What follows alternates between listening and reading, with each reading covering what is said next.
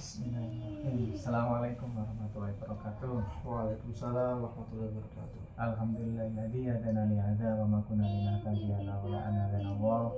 Asyhadu an la ilaha illallah wahdahu la syarika lah wa asyhadu anna Muhammadan abduhu wa rasuluhu nabiyya ba'da. Wa qala ta'ala fi kitabil karim, a'udzu billahi minasyaitonir rajim. Ya ayyuhalladzina amanu in tansurullaha yansurkum wa yusabbit aqdamakum. Al-ayat sadaqallahul azim. Ikhwan fillah rahimakumullah. Mari pertama-tama kita memperbanyak puji syukur kehadirat Allah SWT karena kita telah diberikan berbagai kenikmatan oleh Allah. Semoga kita selalu bisa menjadi hamba yang bersyukur dengan selalu meningkatkan amal soleh, dan semoga dengan amal soleh yang kita lakukan itu bisa menjadi wasilah kita di yaumul qiyamah. Allahumma amin. Salawat dan salam semoga senantiasa terlimpah kepada junjungan kita Nabi Muhammad SAW.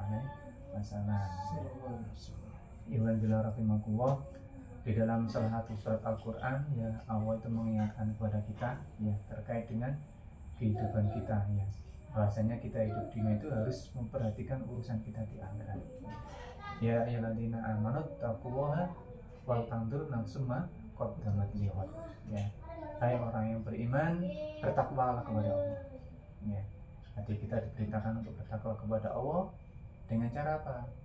Wal tanzur nafsum ma qaddamat lighad. Jadi kita diperintahkan untuk memperhatikan apa yang sudah kita lakukan untuk hari kemudian. Jadi kita diperintahkan oleh Allah, ya, untuk memperhatikan urusan kita di yaumul qiyamah. Jadi kita tidak hanya selalu memperhatikan urusan dunia, ya, tapi kita diperintahkan untuk memperhatikan urusan kita di akhirat. Kenapa kok ada pesan sampai seperti itu? Berarti perjalanan di yaumul qiyamah, ya, di akhirat nanti itu perjalanannya kan panjang sehingga membutuhkan bekal yang cukup banyak. Jadi makanya dikatakan itu wal tangsur nafsum ma qaddamat lighad. Jadi perhatikanlah apa yang sudah kamu perbuat untuk urusan akhirat nanti. Selama ini kita terlalu banyak mengurusi urusan atau kepentingan kita di dunia, ya, sehingga kita melupakan urusan akhirat. Makanya perintah Allah di situ jelas, kita diperintahkan untuk memperhatikan urusan di akhirat. Ya. Bagaimana memperhatikan urusan kita di akhirat? Ya, salah satunya yaitu dengan memperbanyak amal soleh. Kemudian, ya, amal soleh itu bisa kita lakukan dengan cara apa? Ya, salah satunya dengan cara berilmu. Artinya memperbanyak majelis ilmu. Tanpa ilmu kita tidak bisa memperbanyak amal soleh. Ya. Tanpa ilmu kita tidak bisa menjaga iman kita. Ya. Karena salah satu cara untuk menjaga iman itu adalah melakukan amal soleh, nafsiyah. Melakukan memperbanyak perbuatan kita untuk kepentingan di akhirat, melakukan amal soleh. Ya. Dengan berilmu kita bisa mengetahui mana yang hak, mana yang batil, dan kita diperintahkan untuk memperbanyak melakukan amal soleh. Jadi di situ ada di wal tangsur ma qaddamat lighad. Jadi perhatikanlah apa yang sudah kamu perbuat untuk hari akhir nanti. Jadi kita diperintahkan oleh Allah untuk mempersiapkan diri kita, ya, untuk memperbanyak amal soleh, ya, itu sebagai bekal kita untuk di hari akhir.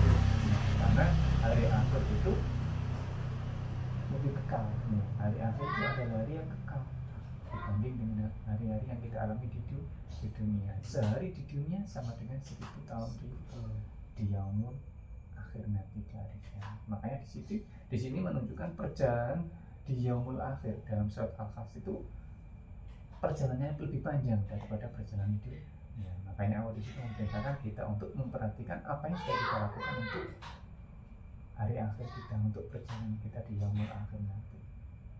Ya. Jadi pentingnya di sini kita memperhatikan apa yang sudah kita lakukan untuk, sehingga kita tidak terjebak pada urusan dunia.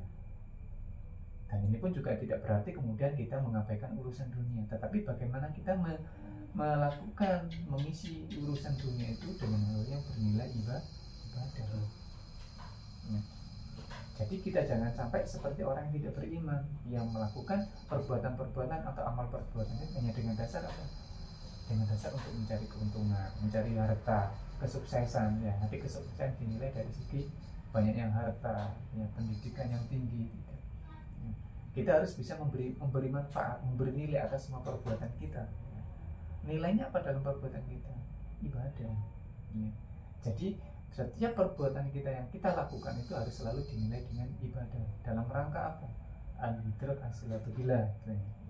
Jadi dalam rangka untuk mendekatkan diri kepada Allah. Ya. Jadi urusan akhirat itu harus kita utamakan. Ya. Akmalu di dunia kan kata isu abada. Akmalu li akhiratika karena katamu tuh. Jadi kalau kita sudah berbicara urusan akhirat, maka segera kerjakan. Kenapa? Karena kalau sudah waktu itu berjalan, kereta itu sudah jalan, maka kita tidak bisa kembali lagi. Kalau kita sudah mati, kita sudah tidak bisa beramal lagi. Tapi kalau urusan dunia nggak bisa kita kerjakan sekarang, besok masih bisa kita kerjakan. Besok masih bisa dikerjakan orang lain. Tapi kalau urusan akhirat nggak bisa dikerjakan oleh orang lain. Ya. Itu yang harus kita kerjakan sendiri. Itulah intinya. Jadi makna dari surat itu ya lagi amal kamu tandur nafsu maka dalam itu seperti kita mengutamakan urusan. Ya. Tentunya tadi dengan memperbanyak majelis ilmu, mengikuti menghadiri majelis ilmu. Ya. Dengan ilmu itu kita bisa beramal dan beramal itu menjadi bekal kita untuk yaumul. Ya. Jadi mungkin itu yang bisa saya sampaikan terkait dengan pesan singkat dari Al-Quran tadi. Semoga kita bisa menerapkan, semoga kita bisa menjalankan dan mengikuti apa yang telah diperintahkan oleh Allah dan berusaha untuk selalu menjauhi apa yang dilarang oleh Allah. Dan tentunya berhati-hati di dalam melakukan pekerjaan, berhati-hati dalam melakukan perbuatan dunia. Karena setiap yang kita lakukan ini akan dimintai pertanggungjawaban di sisi Allah. Baik, mari kita akhiri dengan doa majelis. Subhanallah wa bihamdihi, asyhadu an la ilaha illa